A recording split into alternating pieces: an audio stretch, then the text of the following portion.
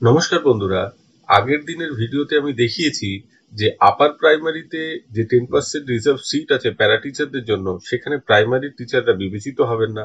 উল্টোটাও সঠিক, প্রাইমারিতে যে 10% সিট আছে রিজার্ভ প্যারা টিচারদের জন্য, সেটা শুধু প্রাইমারির প্যারা টিচারদের জন্য, সেটা আপারের প্যারা টিচাররা বিবেচিত হবেন না। কিন্তু প্রাইমারিতে আরেকটা এক্সট্রা জিনিস আছে, সেটা হচ্ছে প্যারা টিচারদের একটা বয়সের ছাড় আছে।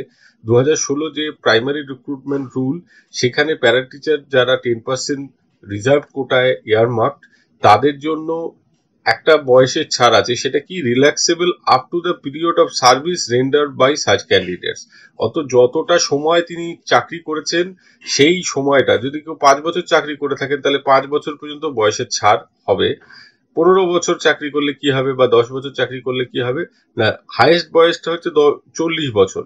তাহলে সেইখান থেকে ম্যাক্সিমাম 50 ইয়ার্স পর্যন্ত বয়সের ছাড়টা পাবেন first day of January of the year of advertisement.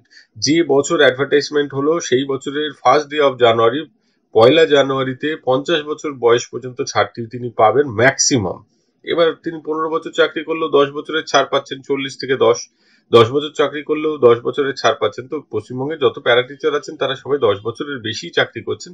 তো ইন জেনারেল ধরে নেওয়া যেতে পারে যে 50 বছর পর্যন্ত তারা বয়সের ছাড়টা পাবেন।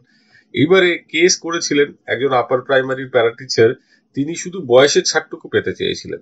তিনি রিজার্ভেশনের কোনো ছাড় পেতে চাননি, যেহেতু রুলস ডিভিশন বেঞ্চের রায় হয়ে গেছে অলরেডি। তাই তিনি শুধু বয়সের ছাড়টুকু পেতে চেয়েছিলেন, এবং এই ছাড়টা যদি তিনি এই রায়ে পান, তাহলে কিন্তু সমস্ত প্যারা টিচারদের ক্ষেত্রেই একটা দৃষ্টান্ত সৃষ্টি হবে। প্রাইমারিতেও প্যারা টিচাররা যখন আপারের রিক্রুটমেন্টের জন্য যাবে, বয়সের ছাড় পাবে, বা উল্টোটাও হবে।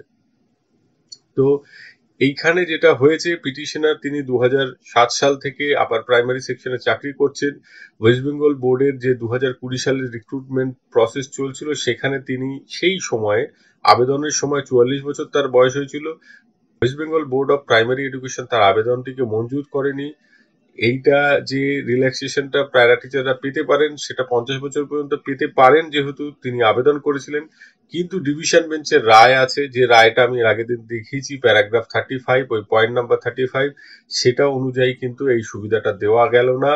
কারণ আপারের প্যারা টিচাররা প্রাইমারিতে পার্টিসিপেশন বা অংশগ্রহণের জন্য এলিজিবল নন, তাই কোনো রিলিফ দেওয়া গেল না, এবং এই পিটিশনটিকে ডিসমিস করা হলো। অর্থাৎ প্রাইমারিতে বয়সের ছাড়টুকু কিন্তু পাওয়া গেল না। রিজার্ভেশনের ছাড় তো নেই, বয়সের ছাড়ও নেই, দুটো একসাথে যুক্ত। এই বিষয়টি আপনাদের সাথে শেয়ার করলাম। সকলে ভালো থাকবেন, সুস্থ থাকবেন। ধন্যবাদ।